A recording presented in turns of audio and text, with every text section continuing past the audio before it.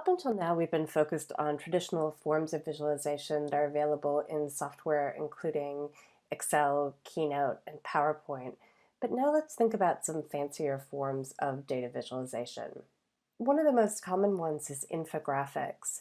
What's important to recognize about infographics is they're often conceptually very similar to standard charts and tables, but the graphics just make them a little bit more eye-catching. For example, if we look at this particular infographic, even though it is eye-catching, when we look at it, we see that its base is really just a grouped bar chart. We can see the two groups of men and women. We can see that they're going across sideways like a bar. The difference between this and other bar charts we've seen is it's just showing females going one way and males going the other way, and it's got the books rather than just a standard bar, but it's essentially doing the same thing. For that reason, it's often really helpful to start with the standard type of chart or table that you're trying to create and then turn it into an infographic. That prevents you from making a common mistake, which is just making an infographic for the sake of making something look cool without it necessarily making the point that you were trying to make or even any useful point at all. Making an infographic does require some specialized graphics software. There's a lot of packages like that that you can use. For example, things like InDesign are some of the more common forms of design software.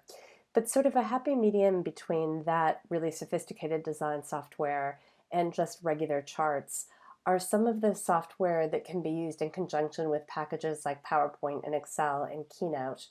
The best one that I've found in that regard is called Toolbox. Unfortunately, it's only available for Macs, but what it lets you do is just incorporate a lot of different graphical elements, sort of along the lines of these kinds of things, to make your infographics or your charts and graphs just look that much more professional without actually needing a professional designer to help you. Another form of fancier charts and graphs are interactive charts. So if you're using Apple's presentation software called Keynote, it has some interactive charts built in. For example, I can pull along here and show the house price changes over time in Wellington versus the rest of New Zealand just by dragging this along here, and we can see the chart changing. We could create a similar kind of an effect using build slides in either PowerPoint or Keynote. So there what we would do is we would just have a click, click, click, click, click, and as you went through the different charts, it would change slightly, and we would see what was happening with the chart, but that's just a little bit more time consuming to build.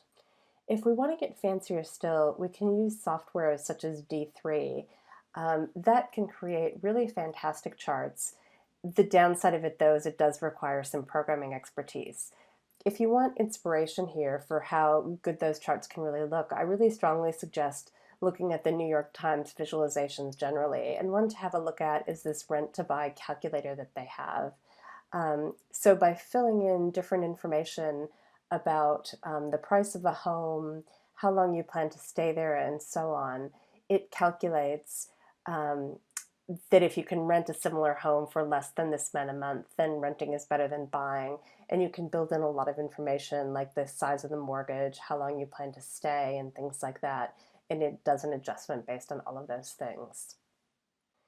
You can also make interactive charts using Tableau, and the most common place that people see those in dashboards. Many organizations use Tableau charts for that.